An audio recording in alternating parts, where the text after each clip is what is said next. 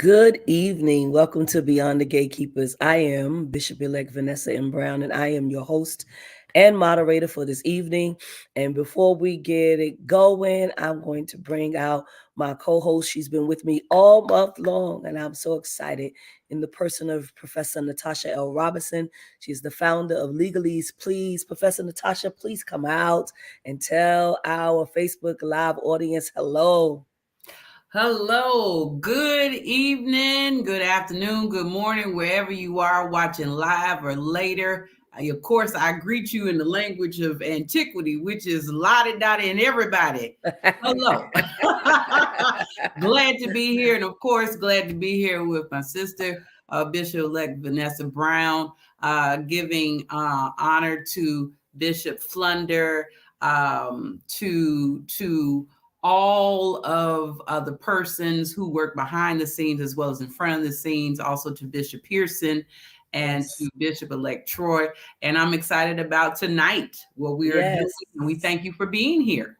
So glad. And I said Facebook Live, but of course we're on YouTube as well as Twitter, and we're on Spotify. Definitely so many social media platforms. We're grateful. And you know what? When you said you going back to antiquity, Lottie Dottie and everybody, my aunt used to say that all the time, and I would just crack up.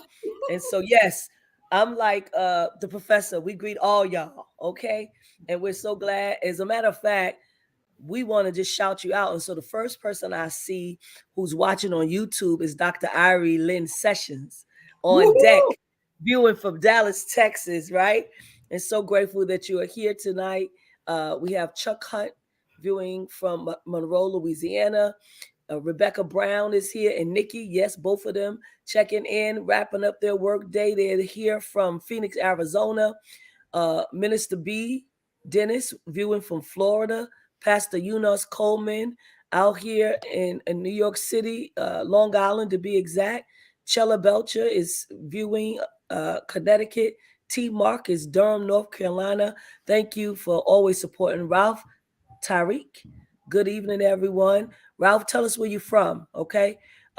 We have Minister Sandy Hudson from Paris, California.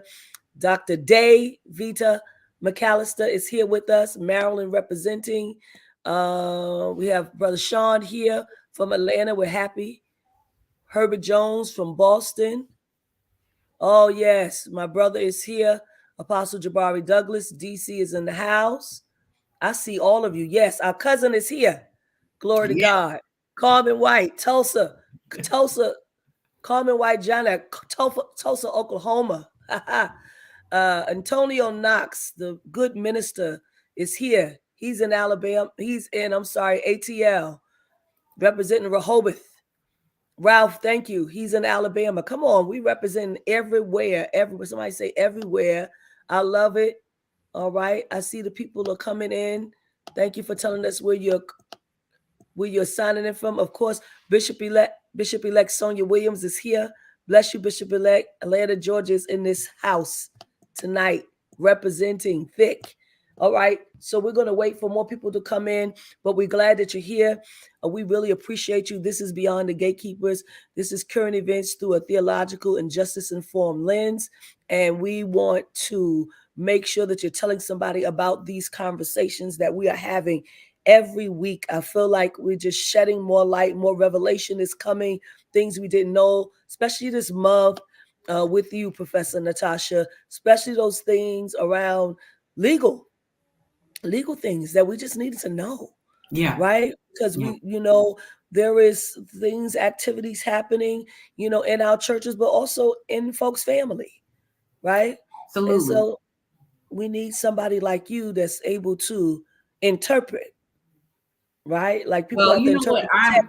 I'm very honored by that, because that's the whole point of us obtaining knowledge for a lifetime, is to make sure that we're not just keepers of it, but that we are stewards of it and that we pass it on to others. So we are simultaneously teacher and student. So Yes. I'm glad to be here, glad to be empowered as well as to empower. Thank you. Indeed. I want to ask our audience that's viewing to give it one big old share. Let folks know that we are on, that we are watching, and whatever platform you're on, we want you to do that for us. Again, we're on Beyond the Gatekeepers page, in case anybody wants to know. We're also on Bishop Yvette Flunder's page. We are on LinkedIn. You can go to Kara Solutions to find us on LinkedIn. We are on YouTube on Beyond the Gatekeepers page. We are on Twitter on Beyond the Gatekeepers page. So these are the places that you can find us. Yes, Dr. Ivy Lynn Sessions, she most certainly does. She said, Professor Natasha exegetes the law. Come on. Woo! Glory to God. Yes. My. Interpret. I see you, Deacon Valerie Moore. Thank you for joining in. Y'all share this for me. This is going to be a great conversation on tonight. We're so grateful. I want to shout out Pastor Sue, who holds us down technically, production wise. We're grateful for Kara Solutions and the work that is being done. Let me bring our guest out tonight. Just so grateful to have Love Tashia Asanti. She's an award-winning journalist, celebrated activist, and author, and she has a new book, and it's called Any Heart Open. Please let us welcome to Beyond the Gatekeepers, y'all. Love Tashia Asanti. Yes, it's awesome to be here, family. So much love to all of you. First and foremost, just giving thanks and honor for our beloved Bishop Yvette Flunder, as well as I want to thank Minister Carla for helping to coordinate this and get me in touch with y'all She and learn did. more about the book. I want to thank both of you for your service to the community. It is no joke to be in service to a spiritual community.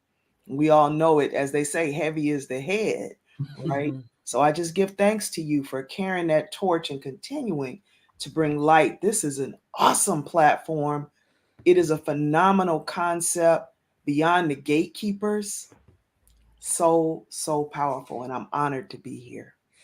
We're so grateful for your presence on tonight.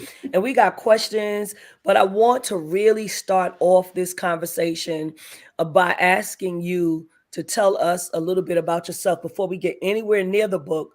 Tell us about who you are. I know that you're a preacher's kid, but I also know that you practice indigenous faith religion. So I want you to Yes. tell us all about that. Yes.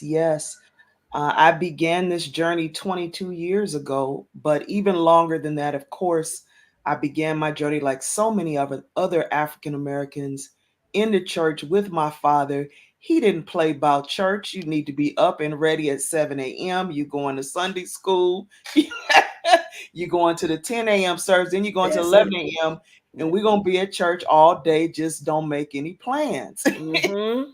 And so I give thanks for that because that was my foundation.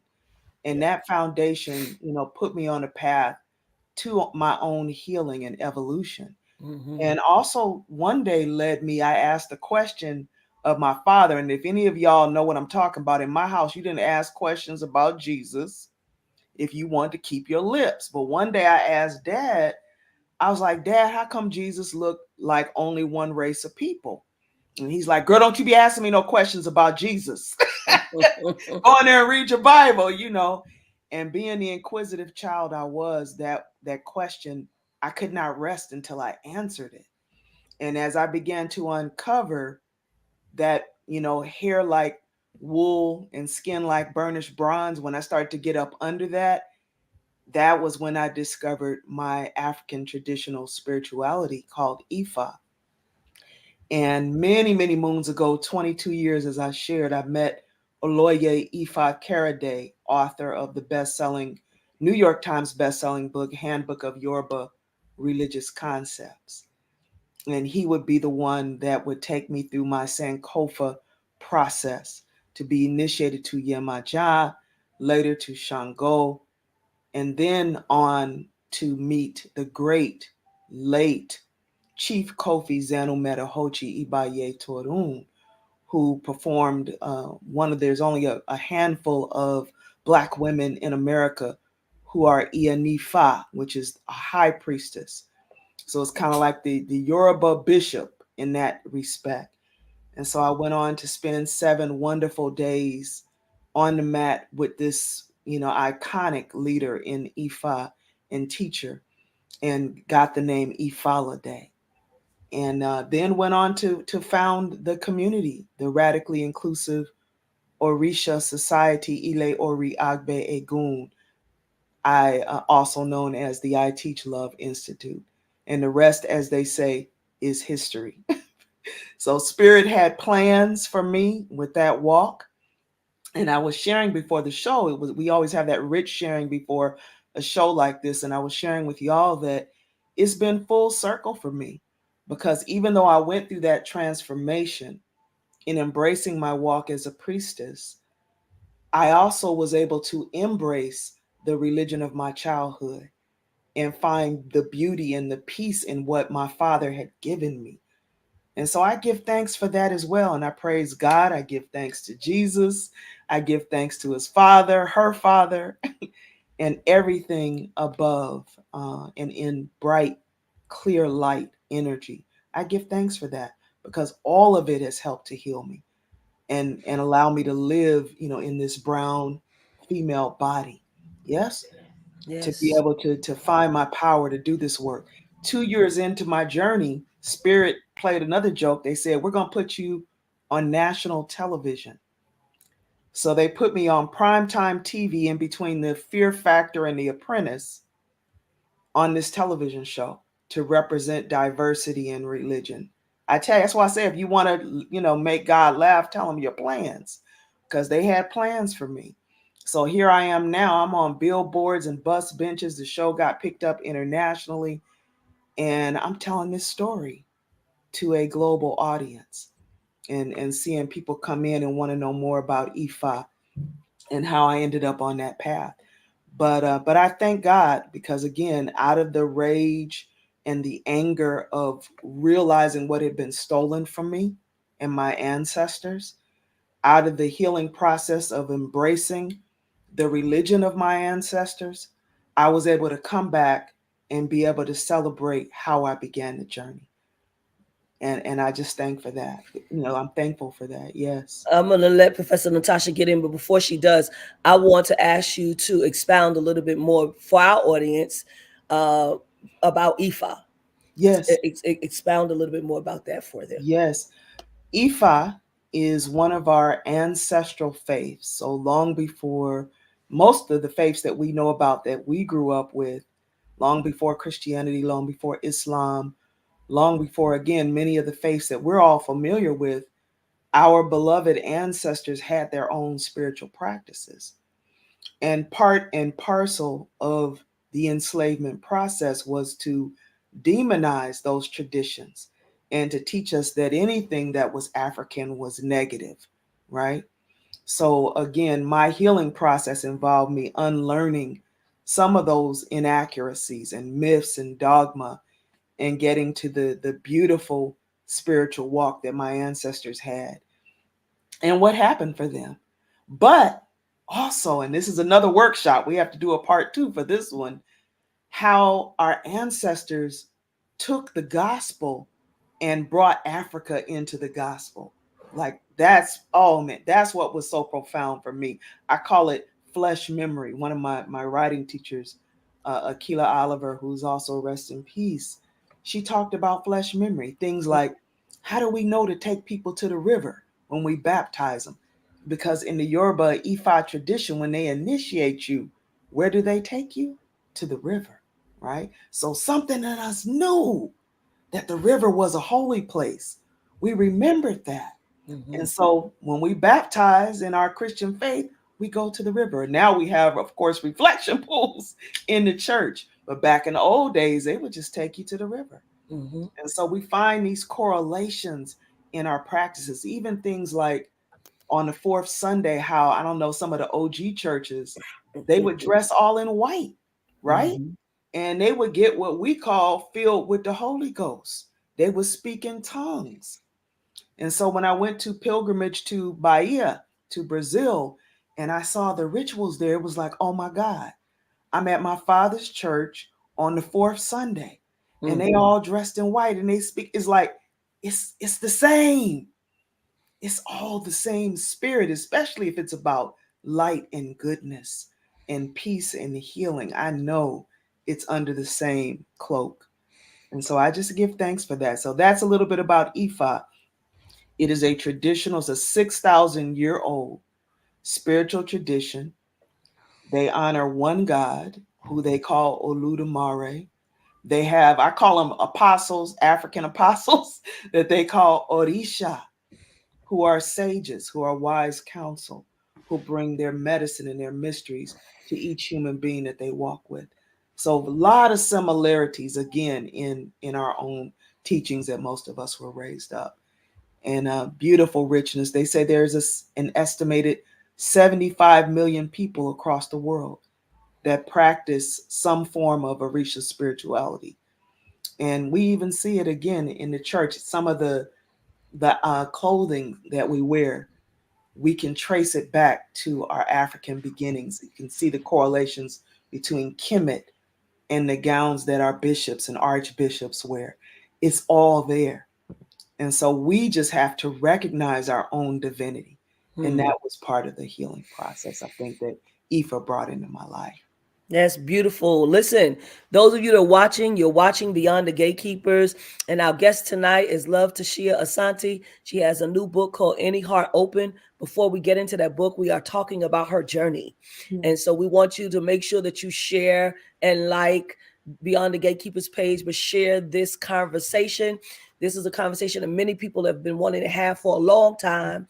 And one of the things that she just brought up is the fact that we have demonized our own African religions in America, right? That's what we were taught, and Christianity was imported over here to us, over there to them, right? And so I want us to really, really, really take a hold of this conversation tonight and share it with someone, because it's something that we've heard. Obviously, Bishop Flenda has talked about it, and so has Bishop Pearson. And so now we have another sister that is here with us also talking about it. And Professor Natasha has questions. I can see the question marks on her forehead. So she's about to go for it.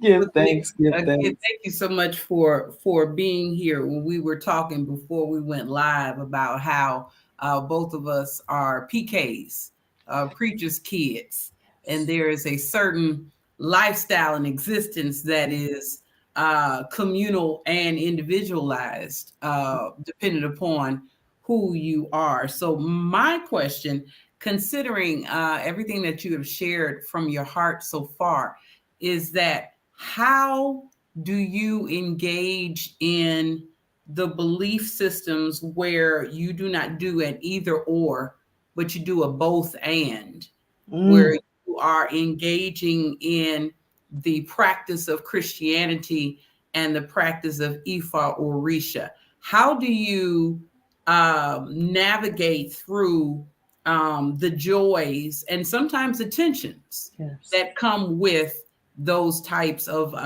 belief systems? Yes, yes. I remember I was invited years ago to speak before the United Women's Christian Conference. And when they asked me, I was like, "Are you sure you want Tashia Asanti?" You know, I'm like two double swords. I'm same gender loving. I'm a Yoruba priestess. I've like got a lot of different things. They're like, "No, we know we want you." And so I think first of all, bringing love. Love is the key. It's like it's almost like the one thing that people can't argue about when you bring the energy of love. In fact, I went on to name myself Love, to make that part of my name, because people would get so caught up in how I loved that they would forget that I am love, that I represent God's love. The fact that I'm here means that two people loved themselves and birthed me. So bringing that into the conversation is number one, bringing love in. But deeper than that, finding those correlations that people can identify.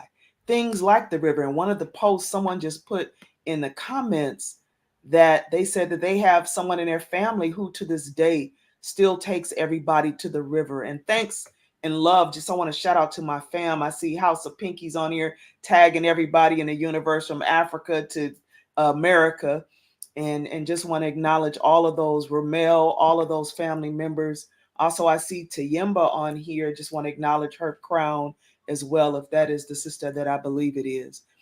But I think finding those correlations between the faiths is key, and also unearthing the myths and the dogma. And sometimes we have to be willing, both bishop and professor, to be uncomfortable, right? To have these conversations. We have to say, okay, I'm not leaving the table. No matter how difficult or uncomfortable this gets, we're just going to stay here and we're going to figure out what is not true, what is an inaccuracy, what is a stereotype and myth, and what is true. And that has just like brought so much healing, even in my own family. As I shared, my brother's a minister, my brother's a reverend, my father was a reverend. So growing up in the church, me in my own journey, my daughter is a Christian, and she grew up with Ifa. Like, she grew up in the household and embraced Ifa as part of her journey, and then went back and got baptized. I even went through my journey 20 something, 30 something years ago, where I accepted Christ as my personal savior, and I got saved. And that ended up being like the catalyst to so many blessings and changing the whole course of my life. I can't throw that away. I can't take that away. And the gentleman who actually did my Ianifa initiation, he told me, I remember I was sitting with him. He was 82 years old. He's an elder. He has 60 something years crowned. Chief Kofi Zenu Medahochi Baye. And he said, I go to church. He said, I love going to church. I said, what? Because he's like a, Pan-Africanist, real, almost kind of radical. And I was like, what, Baba, you go to church? He's like, I love it. He said, the music, what's not to love about it? I said, well, how did you make peace with, the things that were stolen and the crimes that were committed by this as an institution? And he said, crimes across humanity and every religion have existed. We have to search and seek out the good and cultivate that. And I it was, like that. I yeah, like yes, seek and it out was, the good and cultivate it. yes, and cultivate that. And it was something Bishop said years ago. We were talking about racism one day in the inbox, and one of my writing teachers echoed her sentiments just like weeks later.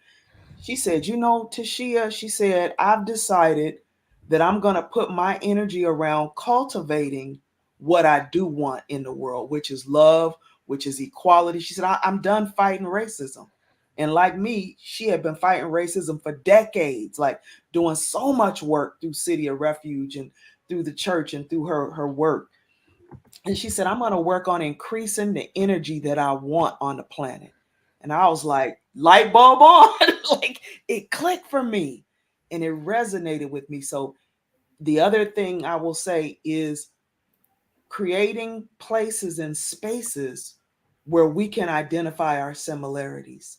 That has been key. And even found in this radically inclusive Orisha society, it's like I had to make space for people to be able to embrace all of their walks. Like, we have people who chant Nam Myoho Renge Kyo in my community. We have folk that go to church. We have folk that practice Wicca and other faiths, like, all in my community. It's just like the fellowship. The fellowship is very much the way you just described. We have people that are Exactly. Methodist, Baptist, Yeah. Pentecostal, Apostolic, that indigenous faith practices. I mean, Wicca, everything.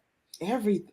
And on the Hmm. last show, I watched the last episode of Beyond the Gatekeepers, and I was just so excited and impressed by the work that y'all are doing, both through this platform and through the ministry.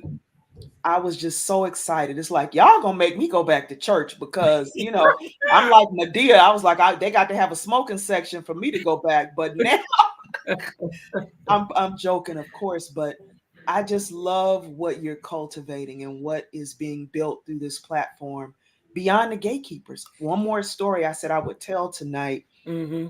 Um, in 2008, Bishop came to be a keynote speaker for a conference that I was producing. It was the World Pride and Power Conference. And also there was Bishop Carlton Pearson, Davis Mack Ayala, as well as New York Times bestselling author. Um, oh wow, why did I just blank his name? Oh, it's gonna come back to me. It's the M word. Everybody knows him. Anyway, he created. Malidoma Some. Thank you. Oh, You're that was welcome. a senior moment. she went right. She went right Senior to it. She said, moment, "Maladoma right? Some." Malidoma Somé. He was one of our keynote speakers as well, and he talked about. He is the one who really introduced us to the concept of the gatekeeper, because in the Dagara tradition, which is again one of our traditional African spiritualities, they believe that people who were trans, SGLBT, had a gift to be able to transcend their gender, Mm-hmm. the way that they love, the way that they move in the world beyond their gender, right? Their gender identity or gender or assigned gender. And we did ritual at the conference, literally to uplift the voice of the gatekeeper and Yes. to recognize the role that SGLBT people play in the world as a whole and in the spiritual realm. Because in the Dagara, they believe that we are the guardians of the spiritual realm, and that the work that we are called to do is to heal the planet. And the reason why the planet is in trouble, he said, was because of the neglect and the rejection. Whew, I'm getting chills, of the gatekeeper. And Mm. that the only way the planet could get back into balance was to bring the restoration and the honor and the recognition. And so this work, this platform, and the work that we're all doing, to me, is part of that movement to do just that. This is so beautiful. This whole conversation, Yes. like, for so long, and I've had these conversations before, so this is not my first conversation. If you're going to be anywhere near Bishop Flinders, you're going to hear about this stuff, period. Right, so you're not going to just hear stuff about theology. And so that was one of the things I would say when about going to seminary. Like, Mm, we talk about all of these dead Germans. There's got to be some other group of people that we can talk about come on that now. can integrate Yes. into our seminary experience. But nevertheless, these conversations are what I believe every generation needs to hear, but especially the younger generation. Yes. And I will never forget, and I'm gonna let Professor take on the next question. I will never forget uh, being just starting Rivers. Rivers will be 16 years Mm, old in May. mm, All right. And the New Jersey will be 9 years old. But I remember just starting out early on, and we're pouring libations and we're doing things, venerating our ancestors, having like a special service, and covering a chair in white, doing all of these things that we're supposed to do, that we know that we want to do. yes. Okay, nobody's making us do it. It's a ritual we're Yes. practicing. And I remember, another ministry talking about us, saying that we were worshiping demons and Oh my God. conjuring up spirits. And Mm, always, it was such like, yes. it was rough, because that's Mm, like something you have to combat. So now mm, you got people, you're making people afraid, just like they did to us, right? yes. It's not new Yes. what was going Yes. on. They made Yes. us afraid, right? Yes. Afraid of Yes. everything African, Woo! afraid of African Yes. mass. We was, Teach, don't Bishop. go by that, don't Yes. go touch that, Yes. don't go talk to them, don't go nowhere Yes. near the people they work in Yes. witchcraft. Yes. It's painful. And to get to the healing, we have to talk about this. And it's so important because it was about us not recognizing our divinity, and that we are queens and kings, that we are royalty, that the power of our melanin, the power of our medicine and our wisdom, all of that, it wasn't just a denouncement of our spiritual faiths, it was a denouncement of the essence of our being, right? There is a reason why the nose was knocked off of the Sphinx. We know that it was to cover up the fact that that was an African, that the whole mathematical system comes from, the whole Western medicine was taken from the teachings of Hatshepsut, all of that to get rid of that history. And I see some beloveds on here. I see Minister Darlene Franklin. I see Yes, I some see yes, Darlene. some Bless it. powerhouses Detroit are on here. representing. Yes, they're coming And in the so room. the more we talk about it and the more we debunk the myths, the more we can get to a healing place. But I'll tell you, I did this interview as a journalist of Ramona Africa. And if you know her name, she's an amazing sister. She is a co founder of the Black Panther Party, of the MOVE organization. She was one of two survivors of the bombing and the flooding of headquarters, Black Panther headquarters in Philadelphia, 40 something years ago. But anyway, Ramona told me, I said, what do you have to say about how we hurt each other through the things like what you're talking about? And she said, Sister Tashia, she said, we can't get mad at the students for doing what the teacher taught them. She said, they programmed us well. She said, so don't get mad. She said, just keep telling your truths. And those who are ready for the healing and the light will flock to it. And that helped me so much, because it's nothing more painful than being attacked by the very people that you are trying to save. It's nothing more painful than that. And when we look at the body of work that Bishop has brought forth, and many other luminaries, our late Carl Bean, who I grew up in his church. That's where I went here in Los Angeles. And it's like, when we look at that legacy and how many people have been saved, we understand this work is bigger than any one religion. It's about spirit. It's about the Holy Spirit. It's about the love that we must bring forward for each of us, for our brothers and our sisters, across race, across identity, across spirituality. And we can't do that without the ancestors. Can't do that without honoring our ancestors. And it's so powerful. Like this conversation, just about this alone, we can go on and on and on with it, because even when we talk about rituals being done, like we do rituals in Christianity.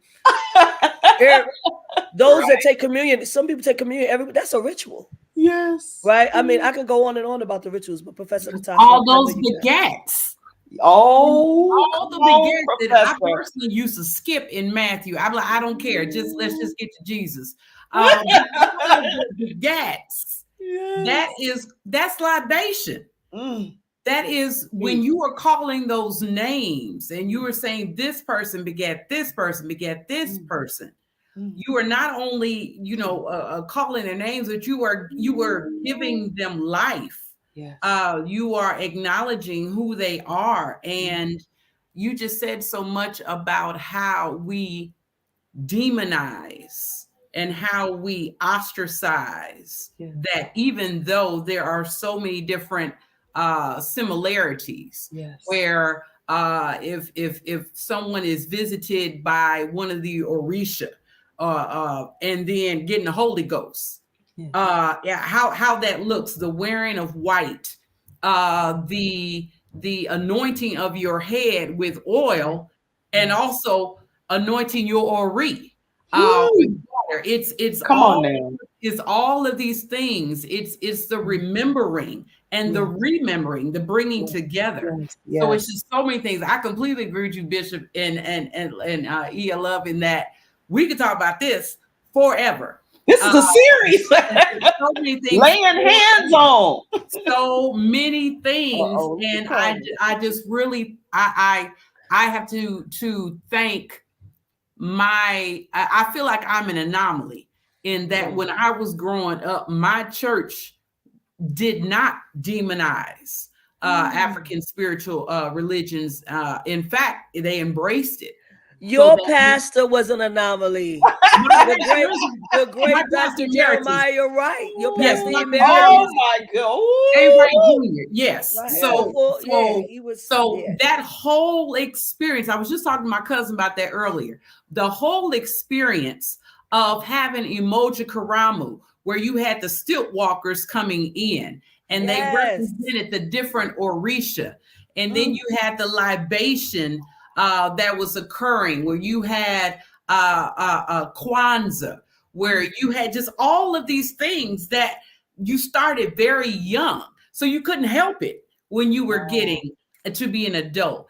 And so then in my adulthood, allowing, she don't like it when I call it this, but I'm gonna call it this anyway. My pastor, Dr. Melva Sampson, introduced me to my scholar priestess, who is actually in the chat, Iyafunlayo, about how there's a spiritual fluidity, if you will, where it is the both and where you don't throw away the practices of your ancestors that got you over and got you through. If anything, you're building, on top of it and expanding it.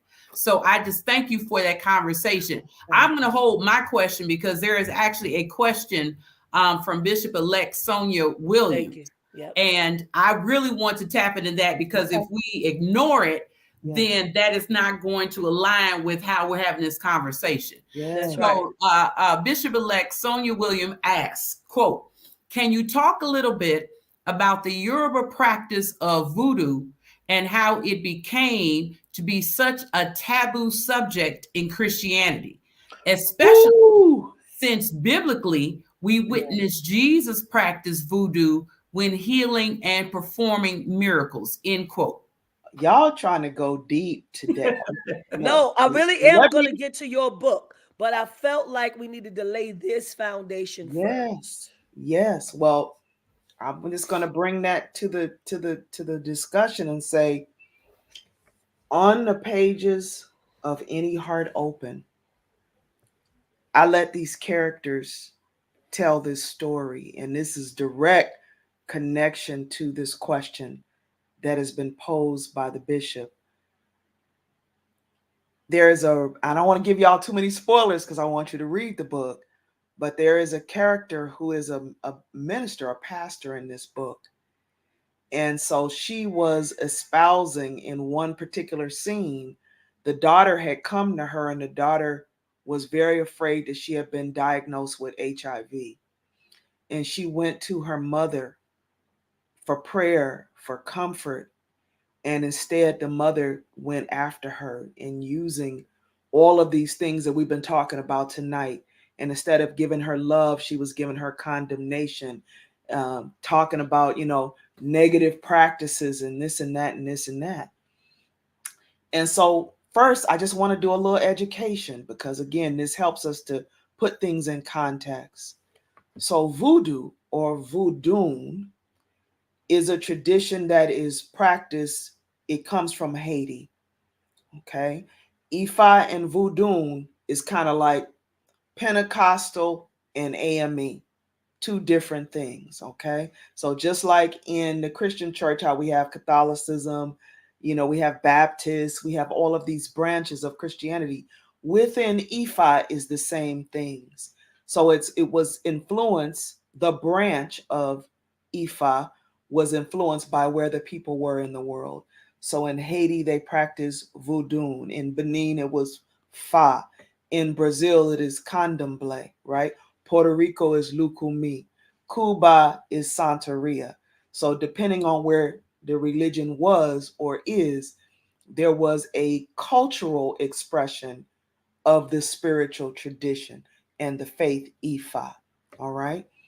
So not necessarily voodoo, the practice of voodoo was practiced, but definitely the recognition of what we call earth-based spirituality. And we see this again, y'all were talking about this, and this truly is a series that, to bring out the honor and the recognition of earth-based spirituality in the Bible, right? And as practiced by the Christ. So to be able to look at that, as well as spiritual and miracles like turning, what is it, the 5,000 loaves of bread, feeding 5,000 people, right? That is a spiritual miracle. That is, that's supernatural. We know that. The parting of the sea is supernatural. So we know that the Christ was working with some energies that were beyond our human understanding. Now, how do we reconcile that and connect them to our Ifa practice?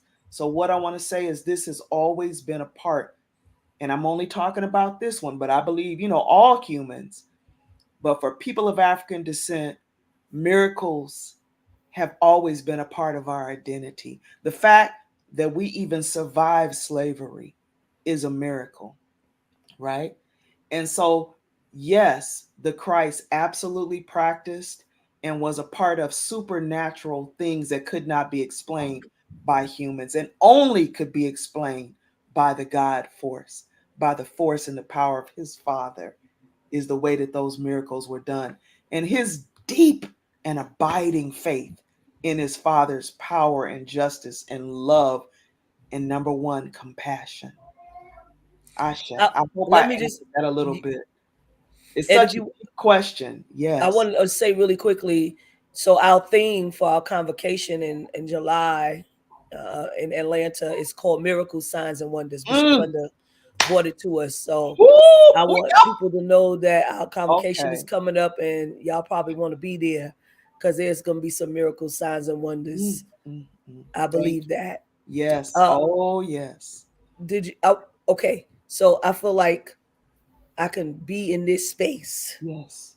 but let me ask you about the book. Yes. Tell me about Any Heart Open. What? First of all, why did you write the book? Yes. I wanted to write a book. This is my eighth book.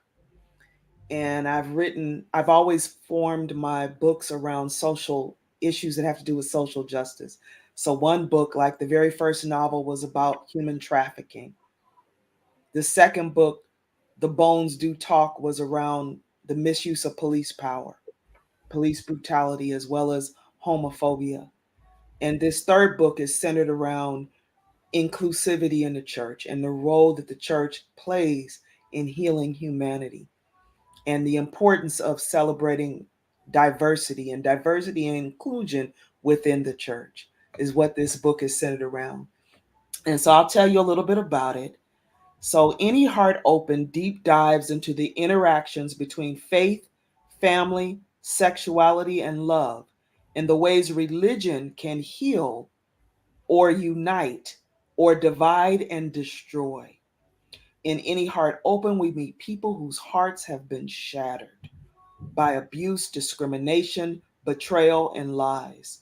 From homophobia to religious extremism, infidelity to miseducation about HIV and AIDS, these players learn lessons and gain a greater understanding of themselves and the ones they love, as seemingly chance encounters with the wise and insightful prophetess and neighborhood psychic Violet Brown bring them closer to being the souls that God envisioned.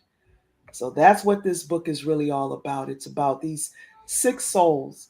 So it's a novel, It's yes, a novel. Yes, with it's a beautiful with novel. fictitious characters. Yes, with Okay, fictitious characters. okay. And all of my books have the presence of Violet Brown, who is a Mhm. prophetess and seer.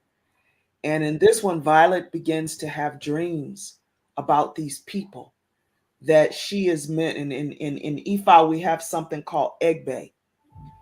And we believe that our Egbe are the angels, the souls, the people that we're meant to come in contact with in a particular lifetime that will help us. They're like our helper spirits. Sometimes they save our lives, right? Sometimes we only see them for that one occasion and we never see them again, but they have big impact on our life. Sometimes we marry those people, are in relationship with those people. Sometimes they're our children, right? Or our mothers or our fathers. But in Ifa, they call them Egbe.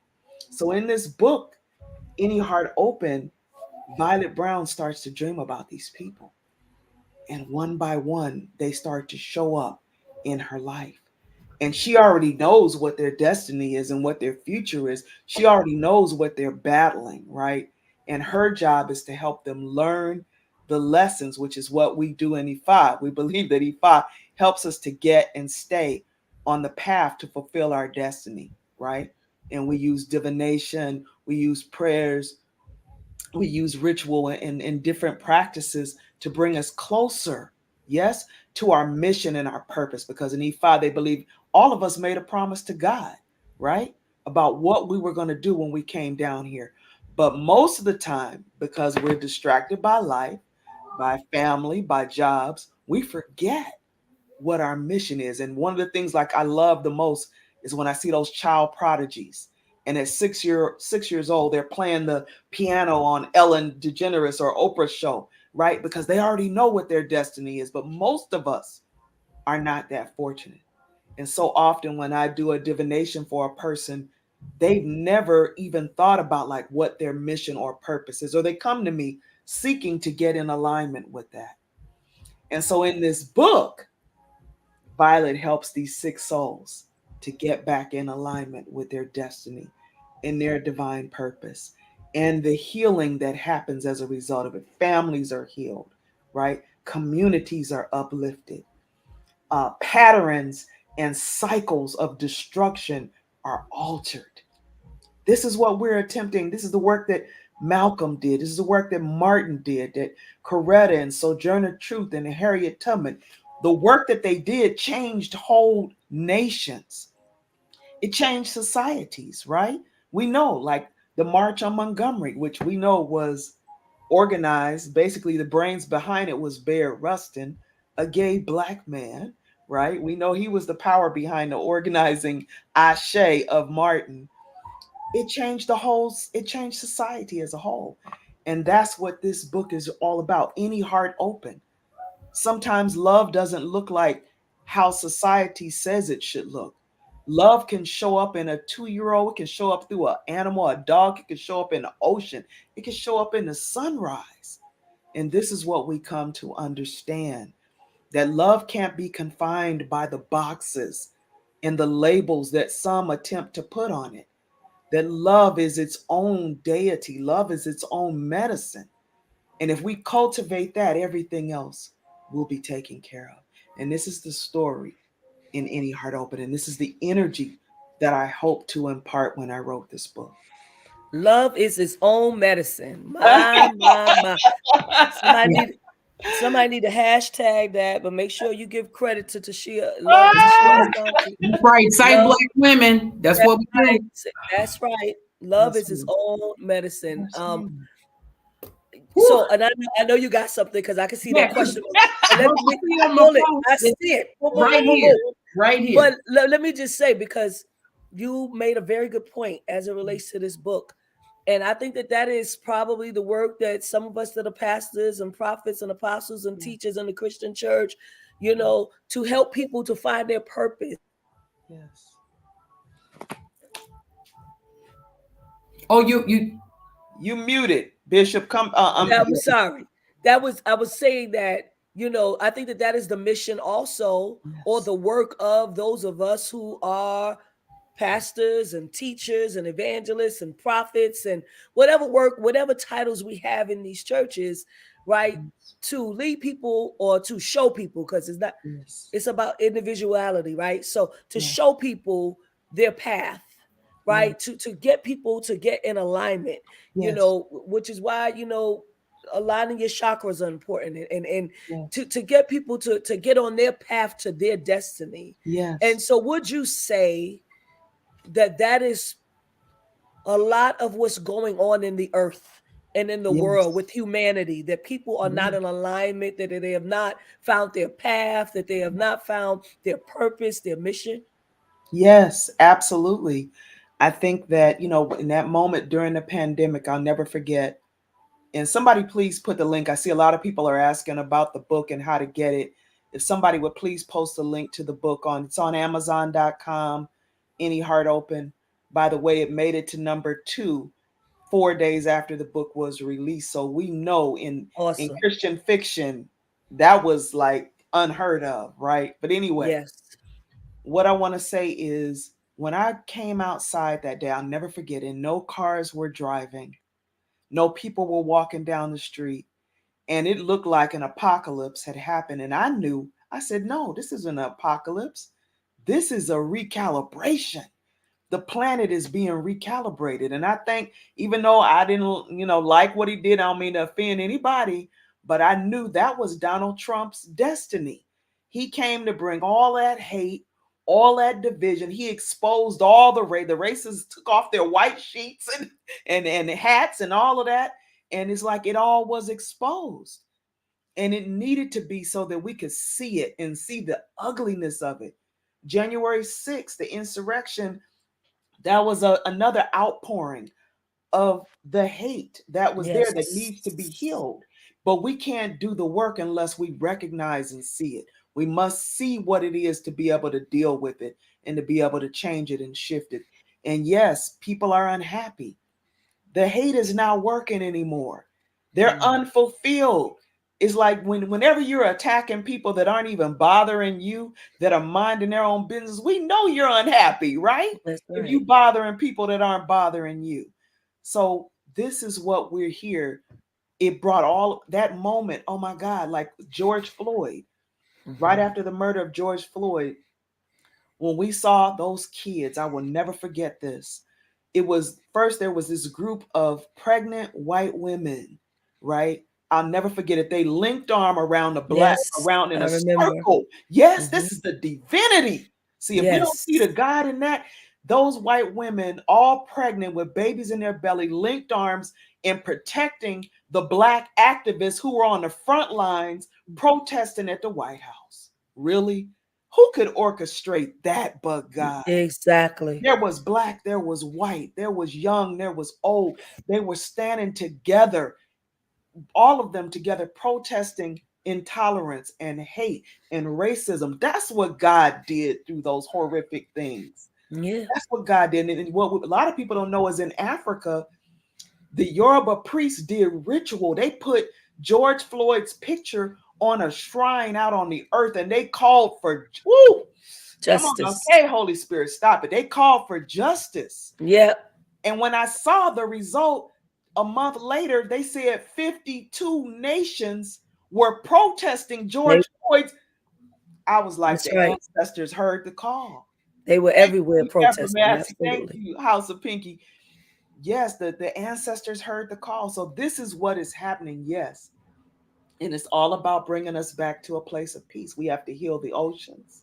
We Hmm. have to restore the icebergs. Wrote Yes. a poem for President Barack Obama called Change Gonna Come. In fact, I honored Bishop Flunder in that poem. Mm. And I had an opportunity to read it at one of the inauguration activities. And I did another poem for President Biden. And I talked about the healing of humanity in that poem. And I talked about the role of the healers, of which everyone on this call, on this platform, everyone in the chat is a part of this history that's being made right now because this is the gatekeepers. This is the work of the gatekeepers. And it's going to take all of us. It's going to take the Christian. It's going to take the Muslim. It's going to take the Buddhist. It's going to take the Yoruba priests. That's It's right. going to take all of us working together. We know, look at the role that the Shakers played in the civil rights movement. This is why I Hmm. know this is so in alignment. And I just thank God for you, for Natasha, for doing this work and continuing to get the message. But the gatekeeper must be restored to their proper place.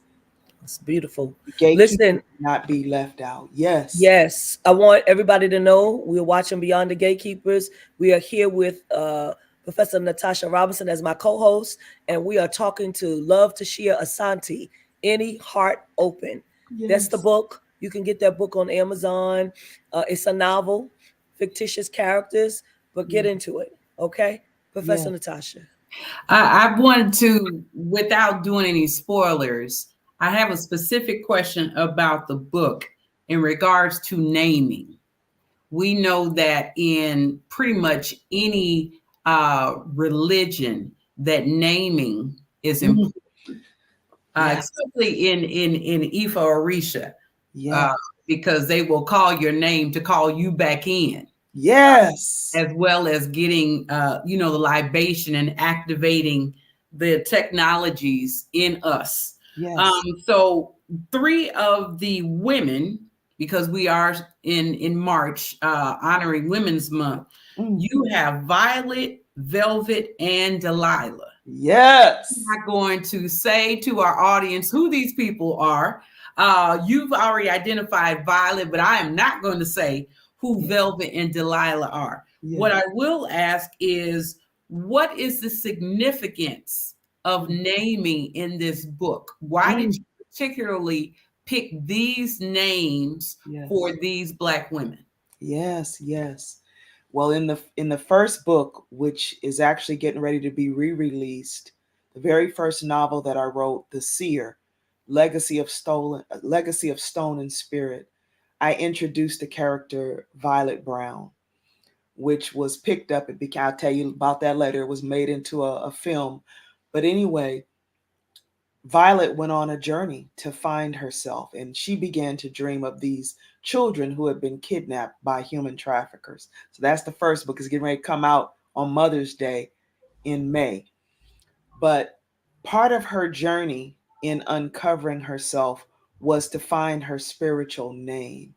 Now, one of the things that was done in the enslavement process, one of the very first things that was done is that the enslaved Africans, and I intentionally call them that because many of them were not slaves, the enslaved Africans had their names taken away from them, whether they were kings or kings, queens. Remember, some of them were the ultimate royalty. I mean, they had palaces, right? And I mean multiple palaces. They ruled over kingdoms. If you saw the movie The Woman King, it was like that for many of them, right? And if you could imagine being taken from that and put in the shackles and treated like human garbage, right, is what some of them went through. So they had those names stripped from them and they were given the name of their enslaver. So Shaka Zulu became Robert Smith, right? So, this was intention was twofold. It was to disconnect us from our history, because if you want to break a person, take away the knowledge of their history and their greatness and their lineage. So it took away their lineage. So part of the healing process is to reclaim, and it doesn't have to be an African name, but it can be a name that represents how we see ourselves. And we see this in some of the houses with our trans brothers and sisters, some of the ballroom, how they give their names, these houses, right? That's And right. House of Chanel, House of this one, House of that. This is that healing, and it's manifesting in pop culture and modern culture, but just doing it a different way. But it's a way to reclaim one's inner essence. So the name that I was given by a chief, Ifalade, which means Ifa is my crown, and Tashia Asanti, which Asante means health and blood, and the person, and it's like it has to do with being successful and good, and having great ashe and light in the planet. So reclaiming that name for me was part of my healing process from the moment. And I still claim the name that my mother gave me because she gave it to me in love. It wasn't given in hate. So I did not abandon my birth, or as we say, our government name, right? But I do embrace and I move in the world as Ifalade Tashia Asanti, and recently was given another title, Adeloye, which has to do with my crown. Again, now moving into a place of enlightenment. As my Baba says, I'm not retiring, I'm being promoted and going into another level to be able to focus on my art and my writing now. And through that work, that's how I was able to get a 3-book deal, because I pushed everything else out. Sometimes you have to let go of something to be able to embrace something else, right? It's Because if your beautiful. hands are already full, you can't put anything in it. It's So good. through the releasing of that, I was able to embrace and receive and get something that I've always wanted and spoken for. But again, it begins with the name. It begins with creating something that expresses who we are in the deepest essence of ourselves. And we do that by reclaiming, they call it Sankofa, right? It's a whole movie, and I had the opportunity to sit with this elder that starred in the movie Sankofa, and to hear about her journey of going to Ghana, going to the land of no return, going back into the slave dungeon, and being down there where our ancestors were held sometimes for years before being taken out. And she went back, and then she talked about her process. Oya Famike Ogunlano. I speak her name. Amazing, amazing elder. So again, that reclaiming of the names, even if it's not an African name. I don't care if you want to call yourself Spring Water, whatever it is. But if it's a name that makes you feel powered up, we have to find that name and find that identity that will help us go along the path. Yes, somebody That's put beautiful. in the chat Sankofa. If you've never seen that film, it is truly, truly a powerful. You have to see it. Everybody should see that film, Sankofa, at least Somebody one time. somebody has asked a great question. Well, there's some Yeah. questions. So first of all, Okay. we invite you to ask questions. So if you Okay. have a question in Yeah. specific, write the word question, and so we can know that it's a question and not just a statement you're making, right? And Yes. so somebody said, I'm in the process of unlearning to learn. Mm. They are in I'm the process learning of to learn. unlearning to learn. That's Yes. very powerful. Yes. And it makes sense, right? So did you I know we have the book Any Heart Open. We want people to purchase that book. Do you have a book on IFA? That's what they Yes, asked. absolutely, absolutely. If you go to www.ifaIsLove.com, which is the website for my spiritual community, there is a list of suggested reading for people who want to learn more. Great.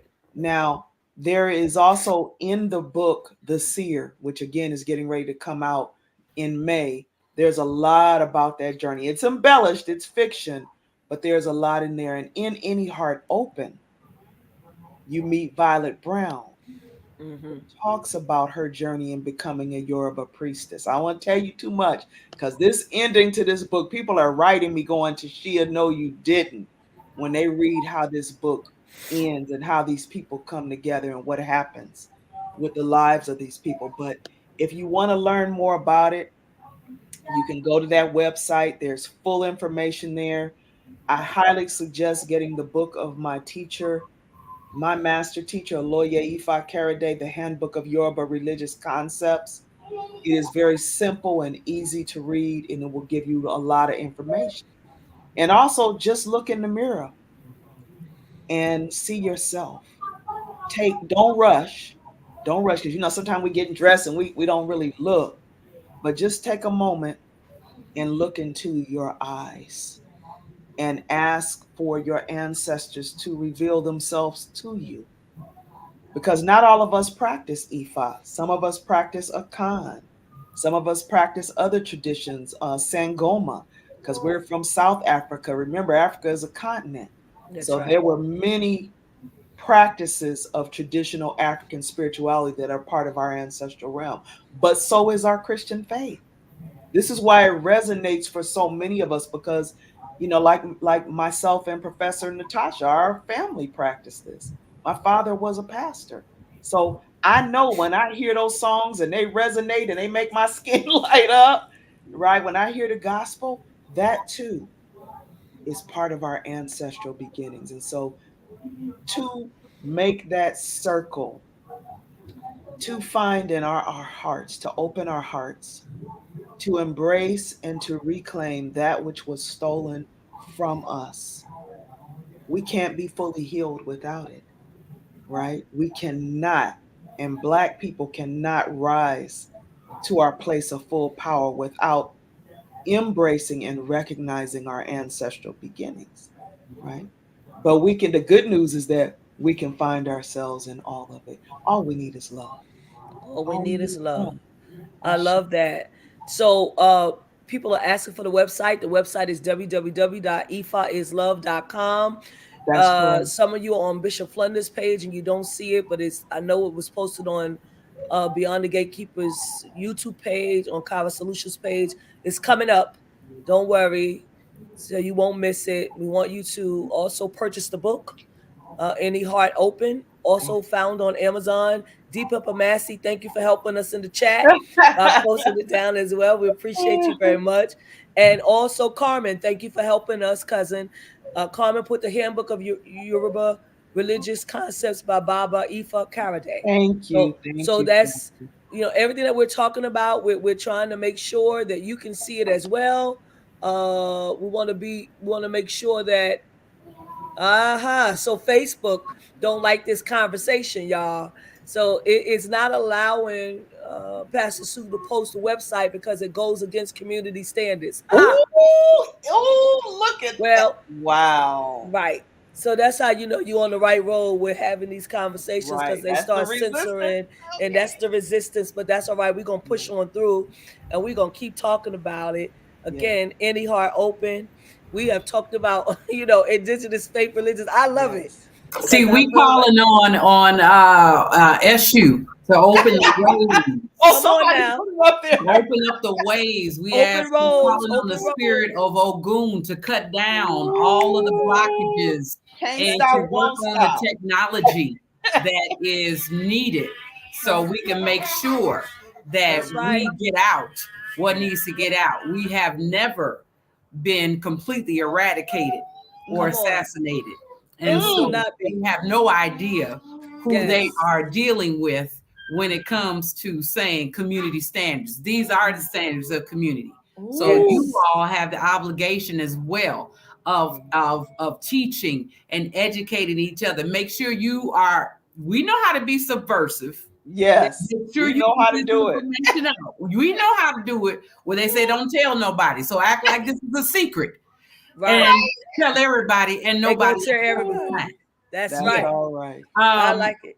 I do have Go two ahead. questions. Okay. First question, which is on our website, which talks about Beyond the Gatekeepers is our current events that we talk about through a theological and justice informed lens, bridging church and community, Mm, using Sankofa as the framework mm, of looking back to get what we need in order to move forward. mm, What can the readers reclaim in mm. reading your book? Whew. Oh my goodness. Definitely, I think the importance of finding a spiritual community where you are affirmed. And I think, that is the work that, I thank God for Bishop Carl Bean, Archbishop Carl Bean, Ibaye Torun, for Bishop Yvette Flunder, for creating these spaces, right, where we could praise God and not be condemned. I'll never forget that video of the trans woman who was going to that church in North Carolina. And when the pastor just began to shame her and disparage her from the pulpit, and the video went viral. And what the blessing in it is that people reached out to her from all over the world and told her, "We love you, Queen. You are good. You are enough. You are perfect exactly the way that you were." That all of us have a God given right, yes, to receive God, to be connected with God in spaces where we are affirmed and celebrated. And so if you're somewhere, if you're going to church somewhere, if you're going to temple, whether it's the synagogue, the mosque, or wherever, and you don't feel loved and affirmed and accepted just like you are, please know it's your God-given right to praise God in an environment that is love-filled, not hate-filled, that doesn't oppress you or make you feel beat up. You should feel happy and excited when you leave your church, right? So that's one thing that definitely Any Heart Open talks about. And there's a character, and you talked about Delilah. She's one of my favorite characters in this book because she reminds me of that harlot in the Bible that Jesus put his hand on. And when she touched the hem, ooh, I'm getting chills. She touched the hem of his skirt. And sometimes, I be telling Jesus stories like Medea tell him, y'all have to read in between the lines. Y'all know what I'm talking about. But when that harlot touched that hem of that skirt and she felt the power of Christ touch her and transform her, and it was that love, right? Because everybody was like, how you gonna deal with her? Really? She's this, she's that. And Christ said, that's the one I'm here for. Y'all good. This is the one I came to heal. This is the one I want to kick it with, right? And to me, that's the ministry that is needed in the world. That's another takeaway from this book, because Delilah is going to take a stand against religious hate in this book. And it's a powerful stand. And it is a message to all the pastors who are preaching hate and division out there, to bring love back to the pews, to bring love back to the pedestal, right? We must make love the center because the scripture says it. That is what God is all about. And if we don't know that, we done missed everything, right? And so this is about. This is the ministry that this is about, is bringing that back in, because God knows, had I experienced the love that I know now of God, I probably would have never had some of the challenges that I had to go through, that God delivered me from by his grace and mercy, right?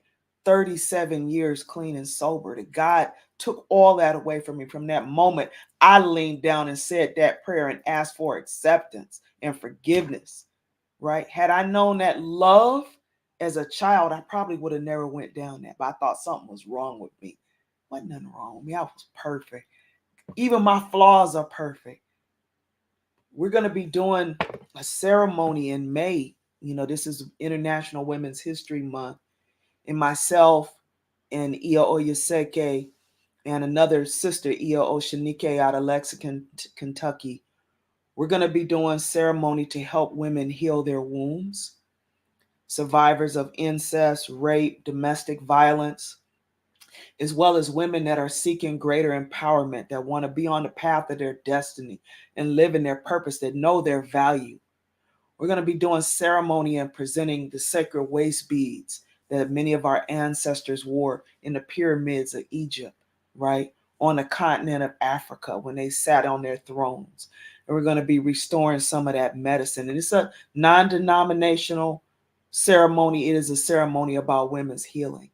This, too, this type of work to me is inside of this book. This is the work that I'm called to do now, to universalize it, getting the attention of people like Oprah and Gail, because this work is bigger than any one faith or spirituality. And also, the last piece is knowing our worth and our value, because the women in this book, and there's men, powerful men in this book too, but the women in this book really come into their power and understand their divinity and what they're worth and how they should be treated. And in Ifa, we have a concept called Ori, right? Your Ori is your crown chakra, your inner head, your we call Ori Inu, what's inside here, that deep self concept, right? Because see, I know this is another workshop. I don't want to get too deep into it, but the self hatred that was programmed into us when we were told your lips is big, your hair is nappy, your nose is what, all those lies, and people spend millions and millions of dollars getting tanned. Come on, we getting free, right? Our skin was always beautiful. Our beautiful, natural, kinky hair was always luxurious. And as one of my elders said, wool is worth just as much as silk, right? Our hair was always beautiful. So we have to get back to those places of recognizing ourselves. And one of the most powerful ways that we, indigenous people, BIPOC people, have done that work is through ritual. So whether it is in church, whether you're kneeling down on the altar, whether you're kneeling and sitting before your shrine, your ancestral shrine, we must all take this journey back to love. And that love begins in here. So that's what this book is all about. And that's how it ties into the question that you I, pose, Professor yes. Natasha. Yes. So, just really quickly, somebody said a part of my unlearning is to, it's not to be a part of any church Mm. that's not affirming and inclusive. Ashe. So for those people that just don't want to be a part of any church, any mosque, any temple, Mhm. where can they find an EFA community? I am, as you all know, making my journey to promotion, not retirement, but promotion. But the community that I founded is absolutely strong. Ile Ori Agbe Egun, Temple of the Enlightened Path. But I tell you what I see that y'all have created with Beyond the Gatekeepers. I had the opportunity to visit the headquarters of City of Refuge when I was in Oakland visiting Minister Carla and Nubian. Mm-hmm. And what I saw, the beautiful facility there, is like we already got temple. We already have spaces. And what we want to unearth and connect with, family, is the temple inside of us, That's right? good. That's Yeah. the disconnect. It's Mm-hmm. like the church is within, the temple, the mosque, the it's within. So first beginning there, and then as spirit, we will know what resonates for us as spirit guides us, because sometimes we need different types of medicine for a full healing, right? Sometimes we have to see the ophthalmologist. Sometimes we need the foot Mm-hmm. doctor, we need a dentist. So we need all types of medicine to get healed. But I don't Right. think that one is necessarily superior over the other, though there's something very powerful about something that is 6,000 years old, certainly, right? Sometimes you have to go Yes. back to the beginning to come back to where you are now. I could not experience my Christian upbringing in the loving way that I do now if it weren't for Ifa, right? Because at one point, all I knew is that that wasn't a loving father. I didn't understand the concept, and I think many don't. They're going through the motions, but they don't understand the concept of a loving father because you can't trust anything that you're afraid of. You can never Mhm. fully trust anything that a part of you is afraid of. So the reason why I can give myself to God now is because I have full trust in God. I know my God is for me. I know my God accepts me and loves me. I'm winning with that God, right? But that God that had a club that was like, check, okay, you did this wrong. You same gender loving, you this, that Yep. that hateful God, I could never trust my life with that one. I could never turn my life. I could never surrender to that God. So I think with the first place this work starts is within us. Does that make sense, fam? Yes, it does. Yeah. Bishop. It does. Professor, go ahead, Yeah. Professor. What I'm saying is that what I hear you saying is that um, one of the things that can be oppressive is a God of construction, Mm, a God that has been constructed, and to kind of lean into Bishop-Elect Sonia Williams' question about the sanitizing mm, of Africans who were enslaved mm, because of their spiritualism. So I would argue definitely that spirituality is resistance. mm. And I think that when you were talking, I think about how the Africans that were in Brazil, how they used Catholicism. So on the surface, it looked like they were talking to Saint Mary and Saint Paul, but underneath, they were still calling on Shango, Yemoja, Oya, Oshun, Yes. Obatala. And See. so I think that oppressors think that they have sanitized to a Mm, certain extent. And mm, I also think that, and based upon Ifa Orisha, when we are born, before we arrive in this realm, we select our destinies. And then our first initiation is through our mother's womb, how we mm. Come on. Mm, so we forget mm, what it is that we picked mm, when we said we were going to do. So our lifetime, at least what I understand, is mm. about coming back to the Yes. destiny that we selected. Yes. So my question to you, my final question, as we hurry to a close, Yes. is according to Ifa Arisha, you have selected your own destiny. Mm, Mhm. What have you done in this realm to continue to remember the destiny that you selected? mm, mm. Ooh, that's a powerful question. Yes, it is, girl. Ooh, I will say probably 30 years ago, I sat on the mat with a chief with a Babalao, and he did not know a thing about me. He had never met me. He didn't know anything about me, and he proceeded through the ancient oracle, through the oracle of our ancestors and the medicine that our ancestors gifted to us that helped us survive one of the worst holocausts in world history. And he proceeded to tell me about my purpose in this lifetime. And he told me that I was here to heal humanity. He told me that I would have a huge community that I was going to be the shepherd of. And y'all gonna laugh, but I remember I told him, I said, and I was kind of filing my nails. I was like, I'm too busy. I said, I don't really have time for that. And he just said, ha ha ha ha. He just cracked up because he already knew. Because when you cast those shells, you don't have any control over what falls, right? The spirits are going to speak. The Orisha, Ifa, or Rumila is going to speak. And more importantly, your own Ori, which is what the Babalao invokes and calls on, is your memory. Yes? They call on your memory of your destiny, right?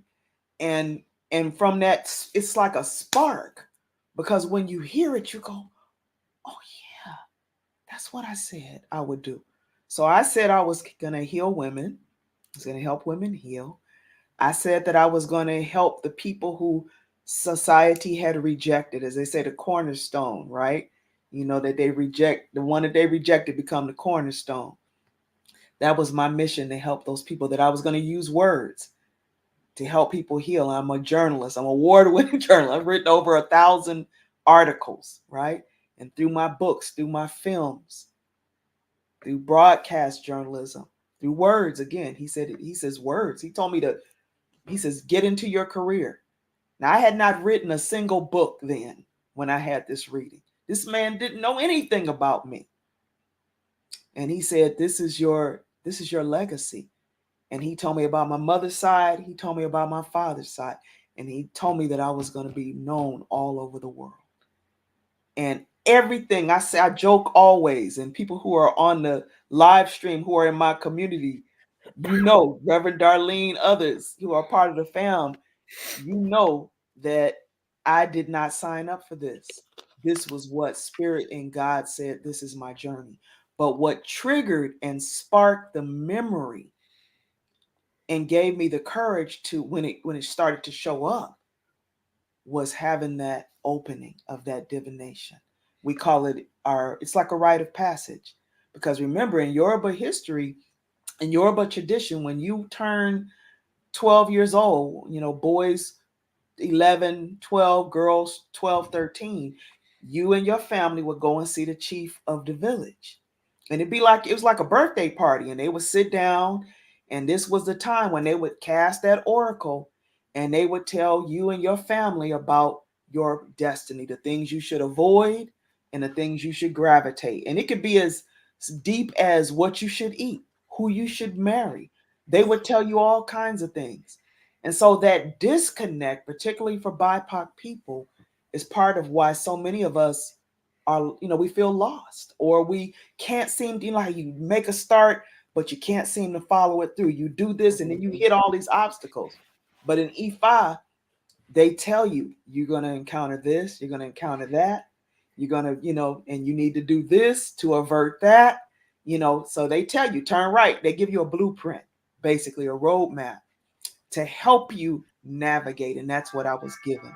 That's one of the things, to answer your question. I was given that roadmap by Ifa. And so I go through all the regular things. It's not a magic wand. Ifa is not a magic wand. You still have to live it. And you're still human. You're going to make mistakes.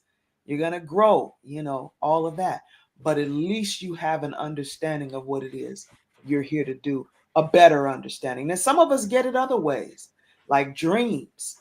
Some of you are prayer warriors. We go to the war room, and the Holy Spirit will unction, will speak to us, tell us, So there's many ways that can come. All of us had a grandmama or auntie who could see, who you walk in and she opened the Bible and go, baby, don't go outside today. Huh? Grandma, what you talking about? It's a nice day. Baby, don't go outside today. Grandma knew what she was saying. If you go against what she said, you gonna suffer. So this is not new for us. But what we must begin to do is now trust our intuition. Because that's the thing. We go, oh, I'm tripping. I'm just hearing. No, you're not. We already know. You already know. We already know. This is so good. I know when you have to. I can't believe that time. This is so good, but we're at time. But yeah, we forget what we picked. That Professor Natasha said, and then what you said earlier. It's a spirit is real, L. Stanley Davis, and the spirit will and give you the information that you need, however you need to get it. Yes, ma'am. And I am there's just so many questions we didn't get there to. are, but I know we don't have to. Yeah, we're gonna have to do a part two. Back absolutely, because I think that people want to hear about. I think that people want to homogenize, right? Because for so long, I mean, if you grew up in the apostolic church, then it was just Jesus only, but people want to have Jesus and, their Orisha. And there's nothing wrong with that. Yes. right? Yes. So I hope that we're getting it tonight. Yes, spirit will not fail us. Indeed. I hope that Ooh, it's so many good spirit, comments. I can't wait to go back and read yeah, please. the I'm gonna go chat. back and read them too. And but so when you go back and read, you'll go back to 2 pages to Okay. read them. Oh my So God. because a lot of people saying a lot of things. We're grateful And tonight thank you for so for much for for having me. Love Tashia Asanti, and the book is Any Heart Open. Want you to pick up that book. It's in the chat. Want you to visit her website as well. Uh, this is again, we appreciate the discussion, Professor Natasha. You always add a flair and always add a ray of light to these conversations. And we are grateful for you and so glad that this ain't your last night, like we thought it was going to be. We sure thought it was the last one. I just want to say quickly and publicly, Go thank ahead. you so much, Ia, for being here. And I want to say publicly, thank you for calling us to remember that divinity is already within. In our ori, in our intuition, our mother gut, whatever it is that you Yes. call it. Thank you for calling that forth. I just pray that your ori continues to widen, continues to deepen. And just thank you for just a beautiful time. And thank you, Bishop, for Yes. this opportunity, Reverend Sue, and Yes. for all of you who all are here. Just Yes. continue. This is the tip of the iceberg in terms of how far, how wide, and how deep we can continue to learn and relearn and unlearn Come on now. That's what right. needs to occur. So thank you all so much, and thank you. Thank you, Thank Bishop. you Thank all. you. You're welcome. Blessings to you. Listen, we're going to be back on next week. We have Chichi Agorum, author of the Enneagram for Black Liberation, Mm. that's going to be with us on next week. And so we wanted to make sure that you tune in. In the meantime, we want to bring you a few announcements. Let's make that happen. Beyond the Gatekeepers, we want you to support us continuously. We are trying to take this to a new level. I'm trying to get us streaming on more platforms. I'm been sending it out to different ones so that we can reach a different kind of level for Beyond the Gatekeepers. But in the meantime, we want you to continue to support us by going to our Cash App, $TFAM annual, or to the PayPal, which is paypal.me/TFAM justice. We appreciate your support on tonight. We also want to invite you to our holy convocation. Our bishop, our presiding bishop, is Bishop Yvette A. Flunder. And again, she is inviting everyone to our holy convocation, which is taking place in Atlanta, Georgia. Our theme is miracles, signs, and wonders. Miracles, signs, and wonders. We're going to be in Atlanta, Georgia. Accommodations at the Sheraton Atlanta Hotel.